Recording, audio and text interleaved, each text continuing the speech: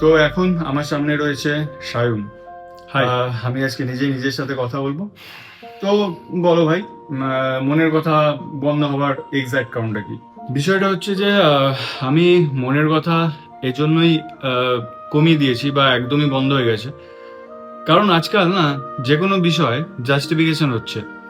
কেউ কাউকে ছাদ থেকে ফেলে দিচ্ছে, পাহাড় থেকে ফেলে দিচ্ছে, কেউ বিরিয়ানি খাইয়ে উল্টো পাল্টা বলছে পডকাস্টে এসে। কারণ মানুষ তো সেটাই করবে যেটা সে জাস্টিফাই করে বা যেটা তার মনে হয় যে হ্যাঁ এটাই ঠিক।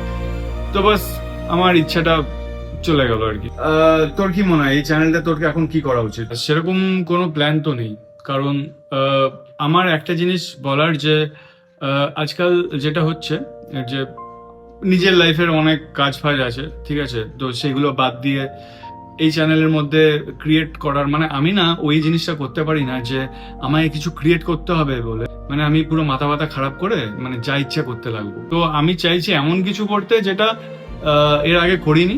Finally end of the day আমরা যদি ক্রিয়েট কিছু না করি, কিছু যদি কন্টেন্ট না দিই, যে সেই চ্যানেলটা বসে যায়। কিন্তু ওই যে বললাম, আমি ওই ওই চালে চলি না যে মানে আমাকে কেউ প্রেসার করবে, মানে সে চ্যানেল হোক যাই হোক হোয়াট এভার। লাইফটা না খুব ইজি ভাবে নিয়েছি, মানে আমাকে যে দিনরাত ভিডিও বার করতে হবে, মানে নইলে চ্যানেল বসে যাবে, এই প্রেসারটা নিতে চাই না। তো যাই হোক, আমি এইটুকুনি বলবো, তোকে আমি বলবো যে তুই একটু চেষ্টা কর যাতে একটু ক্রিয়েট করা যায়, কিছু কন্টেন্ট দেওয়া যায়। কিছু জিনিস আমার মনে হয় লোকের জানা উচিত, যতই ফেক ওয়ার্ল্ড হোক তাও। হ্যাঁ, এটাই বলবো যে যারা যারা আমার সাথে আছো তারা থাকো, চেষ্টায় থাকি মাঝে মধ্যে, কালে ভদ্রে হলেও মাঝে মাঝে ভিডিও দিই। আর মনের কথা হয়তো আবার বলবো, এবার কি নিয়ে বলবো সেটা সত্যিই ভাবার বিষয়, কারণ আজকাল যেটাই বলি না কেন সেটাই কন্ট্রোভার্সি হয়ে যেতে পারে, কারণ মানুষ তো আজকাল নিজেই সেটা বিলিভ করে না। বাস এইটুকুনি। একদম।